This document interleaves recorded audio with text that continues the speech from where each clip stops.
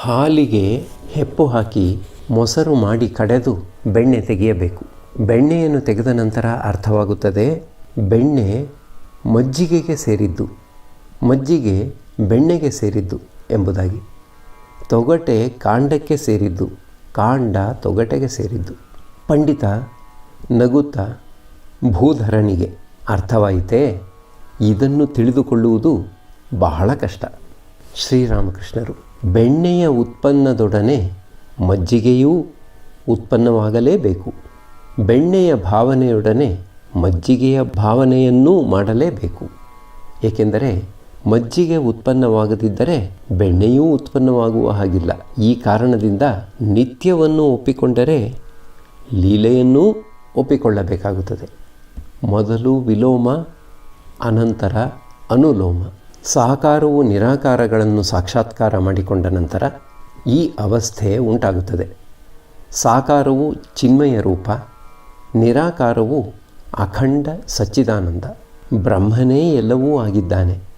ಆದ್ದರಿಂದ ವಿಜ್ಞಾನಿಗೆ ಈ ಜಗತ್ತು ಒಂದು ಆನಂದ ಭವನ, ಆದರೆ ಜ್ಞಾನಿಗೆ ಒಂದು ಮಾಯೆಯ ಚೌಕಟ್ಟು. ರಾಮಪ್ರಸಾದ ಈ ಜಗತ್ತನ್ನು ಒಂದು ಮಾಯೆಯ ಚೌಕಟ್ಟು ಎಂದು ವರ್ಣನೆ ಮಾಡಿದ.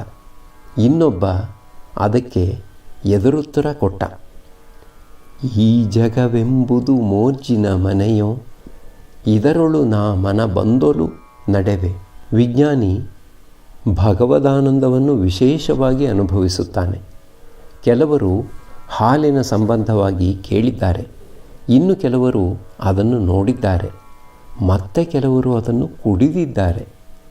ವಿಜ್ಞಾನಿ ಹಾಲನ್ನು ಕುಡಿದಿರುವುದೂ ಅಲ್ಲದೆ ಕುಡಿದ ನಂತರ ಆನಂದವನ್ನೂ ಪಟ್ಟಿದ್ದಾನೆ, ಪುಷ್ಟನೂ ಆಗಿದ್ದಾನೆ.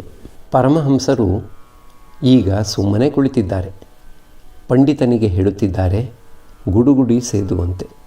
ಆತ ಆಗ್ನೇಯ ವರಾಂಡಕ್ಕೆ ಹೋದ ಗುಡುಗುಡಿ ಕುಡಿಯಲು. ಕುಡಿದು ಮುಗಿಸಿದ ನಂತರ ಆತ ಕೊಠಡಿಗೆ ಹಿಂತಿರುಗಿ ಬಂದು ಭಕ್ತರ ಮಧ್ಯೆ ನೆಲದ ಮೇಲೆ ಕುಳಿತುಕೊಳ್ಳುತ್ತಿದ್ದಾನೆ. ಪರಮಹಂಸರು ತಮ್ಮ ಚಿಕ್ಕ ಮಂಚದ ಮೇಲೆ ಕುಳಿತು ಮಾತುಕತೆಯಾಡಲು ಈಗ ಆರಂಭಿಸಿದ್ದಾರೆ. ಶ್ರೀರಾಮಕೃಷ್ಣರು ಪಂಡಿತನಿಗೆ, ನಿನಗೆ ಇದನ್ನು ತಿಳಿಸಬೇಕು ಅಂತ ಇದ್ದೇನೆ. ಆನಂದದಲ್ಲಿ 3 ವಿಧ: ವಿಷಯಾನಂದ, ಭಜನಾನಂದ, ಬ್ರಹ್ಮಾನಂದ. ಯಾವುದರ ಕಡೆ ಜನ ಸರ್ವದಾ ನುಗ್ಗುತ್ತಿರುವರೋ ಎಂದರೆ ಕಾಮಕಾಂಚನಗಳ ಆನಂದದ ಕಡೆ, ಅದಕ್ಕೆ ವಿಷಯಾನಂದ ಅಂತ ಹೆಸರು. ಭಗವಂತನ ನಾಮಗುಣ ಕೀರ್ತನೆಯಿಂದ ದೊರೆಯುವ ಆನಂದಕ್ಕೆ ಭಜನಾನಂದ ಅಂತ ಹೆಸರು. ಬ್ರಹ್ಮಾನಂದ ದೊರೆತ ನಂತರ ಹಿಂದಿನ ಕಾಲದ ಋಷಿಗಳು ಸಾಂಪ್ರದಾಯಿಕ ರೀತಿ ನೀತಿಗಳ ಎಲ್ಲೆಯನ್ನು ದಾಟಿ ಹೋಗಿಬಿಡುತ್ತಿದ್ದರು. ಚೈತನ್ಯ ದೇವನಿಗೆ 3 ವಿಧದ ಅವಸ್ಥೆ ಉಂಟಾಗುತ್ತಿದ್ದವು: ಅಂತರ್ದಶಾವಸ್ಥೆ, ಅರ್ಧಬಾಹ್ಯ ದಶಾವಸ್ಥೆ, ಬಾಹ್ಯ ದಶಾವಸ್ಥೆ. ಅಂತರ್ದಶಾವಸ್ಥೆಯಲ್ಲಿ ಭಗವಂತನನ್ನು ದರ್ಶನ ಮಾಡುತ್ತಾ ಸಮಾಧಿಸ್ಥನಾಗುತ್ತಿದ್ದ. ಜಡ ಸಮಾಧಿಯ ಅವಸ್ಥೆ ಉಂಟಾಗುತ್ತಿತ್ತು. ಅರ್ಧಬಾಹ್ಯ ದಶಾವಸ್ಥೆಯಲ್ಲಿ ಒಂದು ಕಿಂಚಿತ್ ಬಾಹ್ಯ ಪ್ರಜ್ಞೆ ಆತನಿಗೆ ಇರುತ್ತಿತ್ತು. ಬಾಹ್ಯ ದಶಾವಸ್ಥೆಯಲ್ಲಿದ್ದಾಗ ಭಗವಂತನ ನಾಮಗುಣ ಕೀರ್ತನೆ ಮಾಡಲು ಆತನಿಗೆ ಸಾಧ್ಯವಾಗುತ್ತಿತ್ತು. ಹಾಜರ ಪಂಡಿತನಿಗೆ, ಈಗ ನಿನ್ನ ಸಂದೇಹಗಳೆಲ್ಲ ನಿವೃತ್ತಿಯಾಗಿ ಬಿಟ್ಟವು. ಶ್ರೀರಾಮಕೃಷ್ಣರು ಪಂಡಿತನಿಗೆ, ಯಾವುದಕ್ಕೆ ಸಮಾಧಿ ಅಂತ ಹೇಳುತ್ತಾರೆ? ಯಾವ ಅವಸ್ಥೆಯಲ್ಲಿ ಮನಸ್ಸು ಬ್ರಹ್ಮನಲ್ಲಿ ಲಯವಾಗುವುದೋ ಆ ಅವಸ್ಥೆಗೆ ಜ್ಞಾನಿಗೆ ಜಡ ಸಮಾಧಿ ಉಂಟಾಗುತ್ತದೆ. ಆಗ ಅಹಂ ಇರದು. ಭಕ್ತಿಯೋಗದ ಮೂಲಕ ದೊರೆಯುವ ಸಮಾಧಿಗೆ ಚೇತನ ಸಮಾಧಿ ಅಂತ ಹೆಸರು. ಇದರಲ್ಲಿ ಸೇವ್ಯ ಸೇವಕನ, ರಸ ರಸಿಕನ, ಆಸ್ವಾದ್ಯ ಆಸ್ವಾದಕನ ಅಹಂ ಉಳಿದುಕೊಂಡಿರುತ್ತದೆ. ಭಗವಂತ ಸೇವ್ಯ, ಭಕ್ತ ಸೇವಕ. ಭಗವಂತ ರಸಸ್ವರೂಪ, ಭಕ್ತ ರಸಿಕ. ಭಗವಂತ ಆಸ್ವಾದ್ಯ, ಭಕ್ತ ಆಸ್ವಾದಕ. ಸಕ್ಕರೆಯಾಗಲು ಇಚ್ಛೆ ಇಲ್ಲ, ಸಕ್ಕರೆ ತಿನ್ನಲು ಇಚ್ಛೆ. ಪಂಡಿತ, ಭಗವಂತ ಒಂದು ಪಕ್ಷ ಅಹಮ್ಮನ್ನು ಸಂಪೂರ್ಣವಾಗಿ ನಾಶ ಮಾಡಿ ಆತನನ್ನು ಸಕ್ಕರೆಯನ್ನಾಗಿ ಮಾಡಿಕೊಂಡು ಬಿಟ್ಟರೆ? ಶ್ರೀರಾಮಕೃಷ್ಣರು ನಗುತ್ತಾ, ಬಾ ಬಾ ಇಲ್ಲಿ, ನಿನ್ನ ಮನಸ್ಸಿನಲ್ಲಿ ಏನಿದೆ ಹೇಳು. ತಾಯಿ ಕೌಸಲ್ಯೇ, ನಿನ್ನ ಮನಸ್ಸಿನ ದುಗುಡ ಏನೆಂಬುದನ್ನು ದಯವಿಟ್ಟು ಹೊರಗೆಡಹಮ್ಮ. ಎಲ್ಲರೂ ನಗುತ್ತಿದ್ದಾರೆ. ನಾರದ, ಸನಕ, ಸನತ್ಕುಮಾರ ಇವರ ವಿಷಯವಾಗಿ ಶಾಸ್ತ್ರ ಗ್ರಂಥಗಳಲ್ಲಿ ಹೇಳಿರುವುದು ಏನು ಮತ್ತೆ ಪಂಡಿತ? ಹೌದು, ಅವರ ವಿಷಯವಾಗಿ ಇದೆ ಶಾಸ್ತ್ರ ಗ್ರಂಥಗಳಲ್ಲಿ.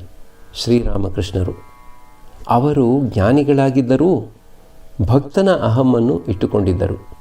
ನೀನು ಭಾಗವತವನ್ನು ಓದಿಲ್ಲವೇ? ಪಂಡಿತ, ಸ್ವಲ್ಪ ಭಾಗವನ್ನು ಓದಿದ್ದೇನೆ, ಪೂರ್ಣವಾಗಿ ಇಲ್ಲ.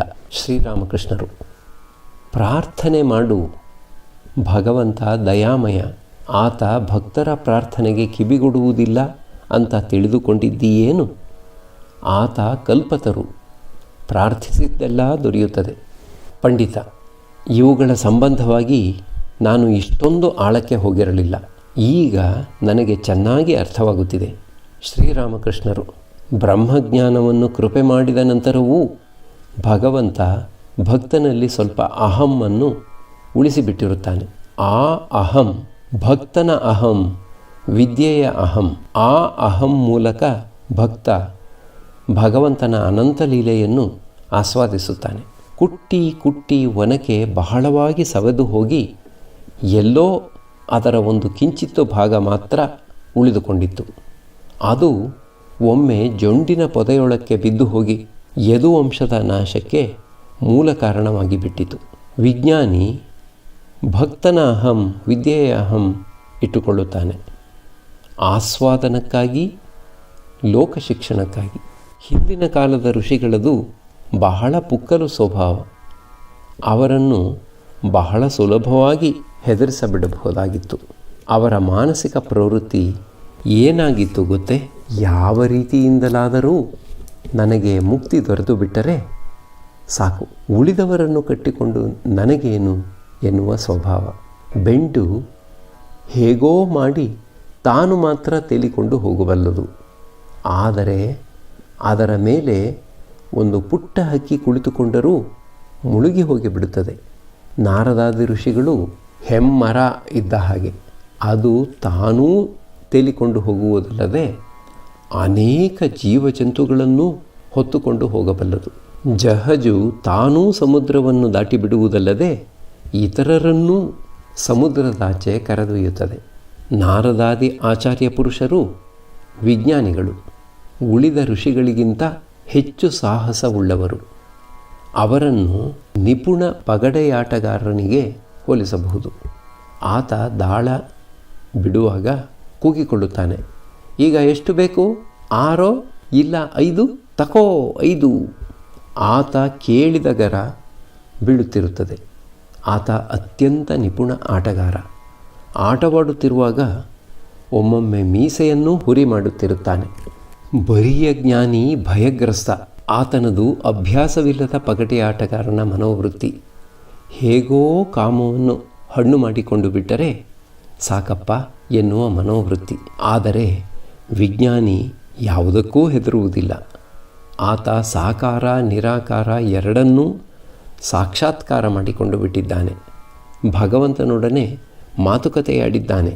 ಭಗವದಾನಂದವನ್ನು ಅನುಭವಿಸಿದ್ದಾನೆ.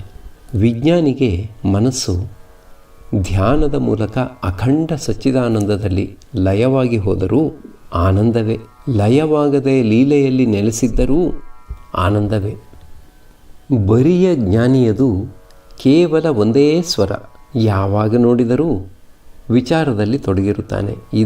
ಇದಲ್ಲ ಇಡೀ ಜಗತ್ತು ಸ್ವಪ್ನದ ಹಾಗೆ. ಆದರೆ ನಾನು 2 ಕೈಗಳನ್ನೂ ಮೇಲಕ್ಕೆ ಎತ್ತಿಬಿಟ್ಟಿದ್ದೇನೆ. ಆದ್ದರಿಂದ ನಾನು ಎಲ್ಲವನ್ನೂ ಸ್ವೀಕರಿಸುತ್ತೇನೆ. ಒಂದು ಕಥೆ ಕೇಳು. ಒಮ್ಮೆ ಒಬ್ಬ ಹೆಂಗಸು ತನ್ನ ನೈಗೆ ಗೆಳತಿಯನ್ನು ನೋಡಿಕೊಂಡು ಬರಲು ಆಕೆಯ ಮನೆಗೆ ಹೋದಳು.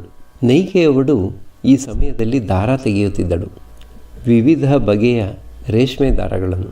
ತನ್ನ ಗೆಳತಿ ಬಂದುದನ್ನು ನೋಡಿ ನೈಗೆಯವಳಿಗೆ ಬಹಳ ಆನಂದವಾಗಿ ಬಿಟ್ಟು ಆಕೆ ಗೆಳತಿಗೆ ಹೇಳಿದಳು, ಗೆಳತಿ, ನೀನು ಬಂದುದನ್ನು ನೋಡಿ ನನಗೆಷ್ಟು ಆನಂದವಾಗಿ ಬಿಟ್ಟಿದೆ ಎಂಬುದನ್ನು ನಾನು ಬಾಯಿಂದ ವರ್ಣಿಸಲಾರೆ. ಸ್ವಲ್ಪ ಕುಳಿತುಕೊಂಡಿರು, ಉಪಹಾರ ತೆಗೆದುಕೊಂಡು ಬರುತ್ತೇನೆ. ನೈಗೆಯವಳು ಅಡಿಗೆ ಮನೆಗೆ ಹೋದಳು. ಹತ್ತಿರದಲ್ಲೇ ಬಿದ್ದಿದ್ದ ವಿವಿಧ ಬಣ್ಣದ ರೇಷ್ಮೆ ದಾರಗಳನ್ನು ನೋಡಿ ಗೆಳತಿಗೆ ಲೋಭ ಉಂಟಾಯಿತು. ಒಂದು ಕಟ್ಟನ್ನು ತೆಗೆದು ಕಂಕುಳಿಗೆ ಸೇರಿಸಿದಳು. ನೇಯ್ಗೆಯವಳು ಉಪಹಾರ ತೆಗೆದುಕೊಂಡು ಬಂದು ಉತ್ಸಾಹದಿಂದ ಈಕೆಗೆ ಉಪಹಾರ ಮಾಡಿಸಿದಳು. ಅವಳ ಕಣ್ಣು ದಾರದ ಕಡೆಗೆ ಬಿದ್ದೊಡನೆ ತನ್ನ ಗೆಳತಿ ಒಂದು ಕಟ್ಟು ದಾರವನ್ನು ಹೊಡೆದು ಬಿಟ್ಟಿರುವುದು ಆಕೆಗೆ ಗೊತ್ತಾಗಿ ಬಿಟ್ಟಿತು. ಅದನ್ನು ಹಿಂದಿರುಗಿ ಪಡೆಯಲು ಆಕೆ ಒಂದು ಯುಕ್ತಿ ಹೂಡಿದಳು. ಆಕೆ ತನ್ನ ಗೆಳತಿಗೆ ಹೇಳಿದಳು, ಗೆಳತಿ, ಬಹಳ ದಿನಗಳಾದ ಮೇಲೆ ಇಂದು ನಿನ್ನ ದರ್ಶನ. ಇಂದು ಒಳ್ಳೆ ಶುಭ ದಿನವೇ, ನಾವಿಬ್ಬರೂ ಸ್ವಲ್ಪ ಹೊತ್ತು ನರ್ತಿಸೋಣ ಅಂತ ಬಹಳ ಉತ್ಕಟೇಚ್ಛೆಯಾಗುತ್ತಿದೆ ನನಗೆ. ಈಕೆಯೂ ಹೇಳಿದಳು, ನನಗೂ ಬಹಳ ಆನಂದವಾಗಿ ಬಿಟ್ಟಿದೆ. ಬಳಿಕ ಇಬ್ಬರೂ ನರ್ತಿಸಲು ತೊಡಗಿದರು. ಈಕೆ ಕೈಯನ್ನು ಮೇಲಕ್ಕೆ ಎತ್ತದೆ ನರ್ತಿಸುತ್ತಿರುವುದನ್ನು ನೋಡಿ ಆಕೆ ಹೇಳಿದಳು, ಗೆಳತಿ, ನಾವು 2 ಕೈಗಳನ್ನೂ ಮೇಲಕ್ಕೆ ಎತ್ತಿ ನರ್ತಿಸೋಣ.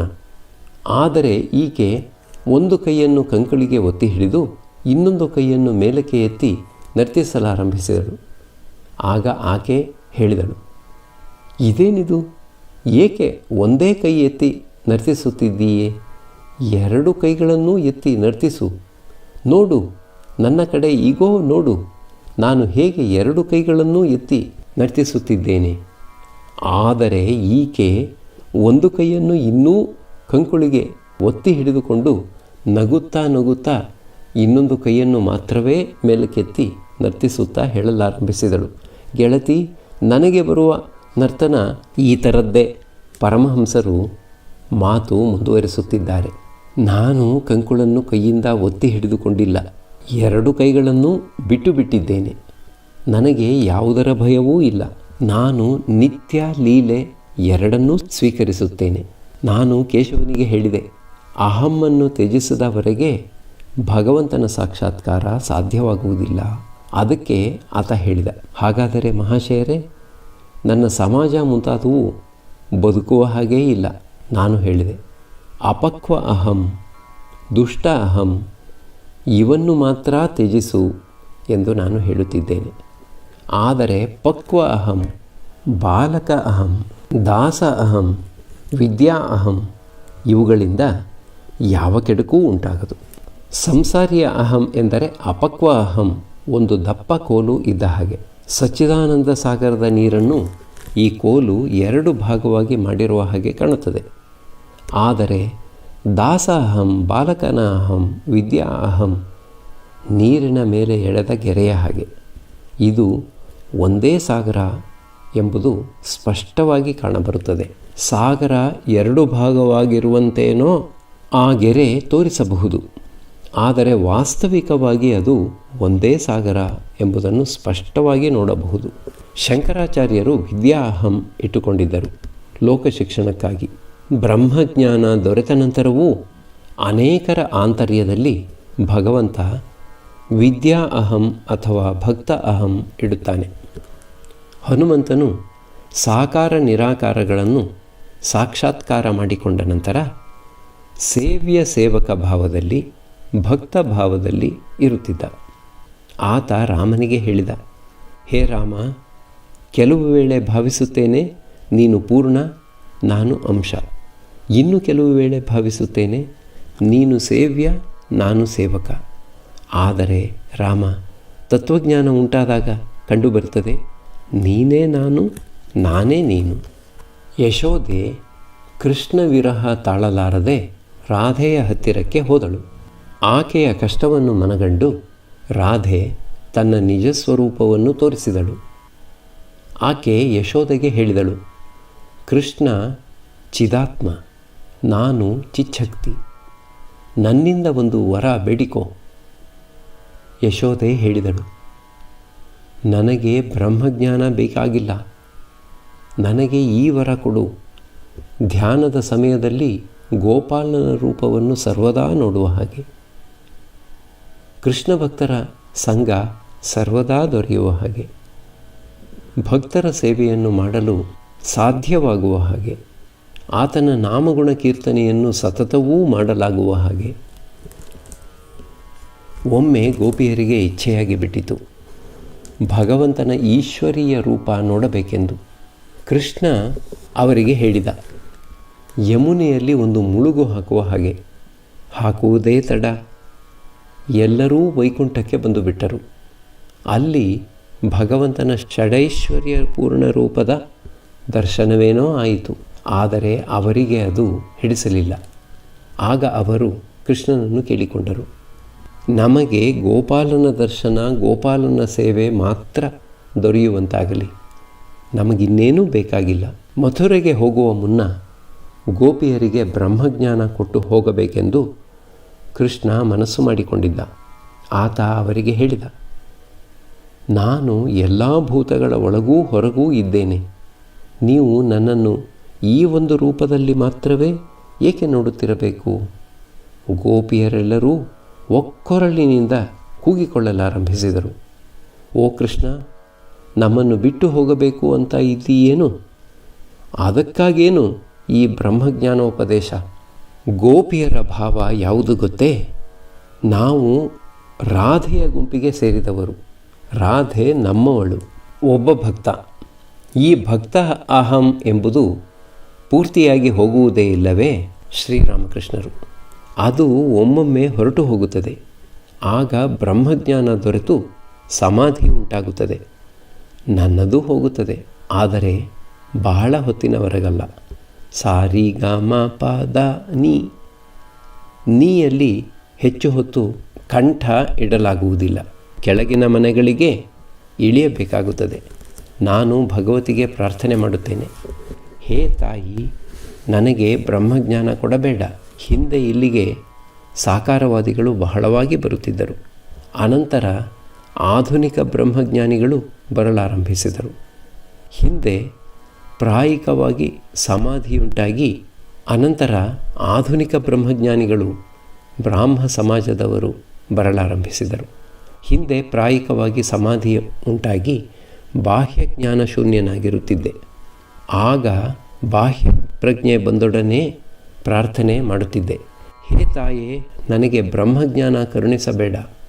ಪಂಡಿತ, ನಾವು ಪ್ರಾರ್ಥನೆ ಮಾಡಿದರೆ ಭಗವಂತ ಕಿವಿಗೊಡುವನೇನು? ಶ್ರೀರಾಮಕೃಷ್ಣರು, ಭಗವಂತ ಕಲ್ಪತರು, ಬೇಡಿದ್ದೆಲ್ಲ ದೊರೆತು ಬಿಡುತ್ತದೆ. ಆದರೆ ಕಲ್ಪತರುವಿನ ಕೆಳಗೆ ನಿಂತು ಪ್ರಾರ್ಥನೆ ಮಾಡಬೇಕು. ಆಗ ಮಾತ್ರವೇ ಪ್ರಾರ್ಥನೆ ಸಫಲಗೊಳ್ಳುತ್ತದೆ. ಆದರೆ ಒಂದು ವಿಷಯ, ಭಗವಂತ ಭಾವಗ್ರಾಹಿ. ಜನ ಏನೇನನ್ನು ಭಾವಿಸಿ ಸಾಧನೆ ಮಾಡುತ್ತಾರೋ ಅವರಿಗೆ ಅದರಂತೆ ಫಲ ದೊರೆಯುತ್ತದೆ.